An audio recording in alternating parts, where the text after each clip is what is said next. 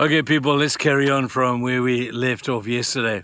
We talked about 1 Peter 1 verse 17 that talks about us being strangers in this world. And I guess the reason for that is this world is not our home. I used to love that Jim Reeves song. Now that dates me a little bit, doesn't it? That Jim Reeves song that says, "This world is not my home, I'm just a passing through. My treasure is laid up somewhere beyond the blue." And when I think of that accuracy that is depicting that song, it's totally true and it fits beautifully here. This world is not our home. And if it's not home, then you're a stranger. Or Paul talks a lot about us being as aliens in this world. We're not part of the system. We don't agree with everything that they say. Our righteousness goes in the face of those who observe us, because on the one hand, they don't like it and they're offended by it, because righteousness gets up the nose of every non-believer as they look at our lives. And yet you look at the other side, and the fact is that they just don't understand. They don't understand the fact that Christians live according to a different code of conduct or different ethics and different morals. They just don't understand that. And as beautiful as some of these things are, they've chosen not to understand. How beautiful it is when someone makes a sacrifice on behalf of somebody else. The world looks at it and says, "We just don't understand that. That's not what we would do." How beautiful is it when the world lifts people up and doesn't crash people down or smash them down. The world looks at them and says, "Well, that's cute, but it doesn't blow our hair back. We're not into that kind of stuff." And it looked kind of strange. And I guess in many ways, you look at some of the strangeness of some people that the Bible depicts. Have a look at the strangeness of the parable of the Good Samaritan. How strange it would be to see a man who would get down in the gutter of someone who didn't like him, and he didn't like him either, and yet he gets down in the gutter and he helps that man and he helps him to get better. The world looks at it and says, "That's kind of strange."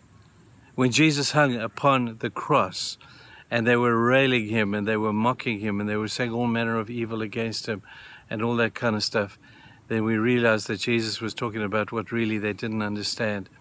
And as they did all that, he said, "Father, forgive them. They just what? They just don't understand."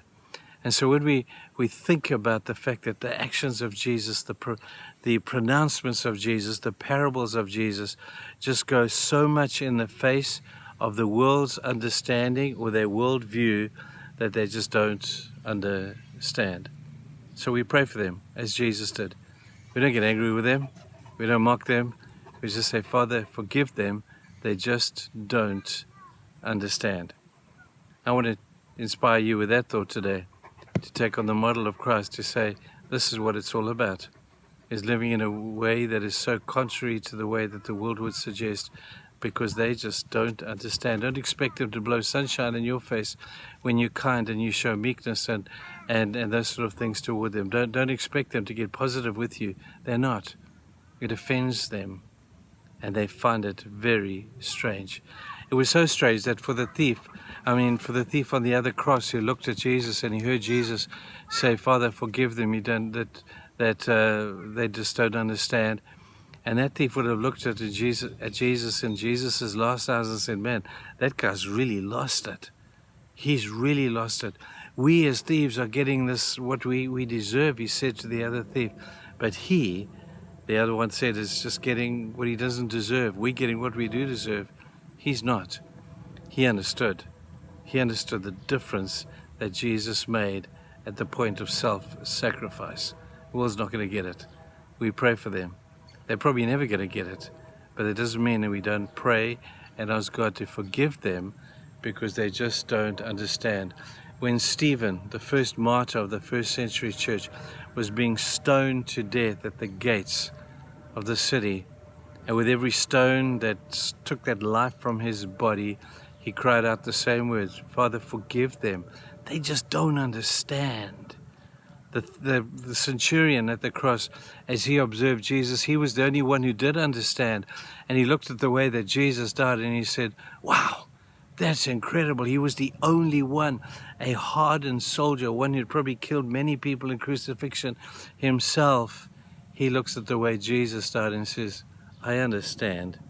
that he is the Son of God. He is who that sign above his head says he is, but he was the only one. The statistics are against him understanding, but every now and then you'll find one who does. So we continue to live as Jesus has called us to live. The world is not going to like it. The world will not define it as valuable, and the world will not understand it. But that's okay. We'll continue to forgive, continue to love, and imitate Christ in all of the suffering. We'll talk one more time about this tomorrow. Cheers, guys. Bye-bye.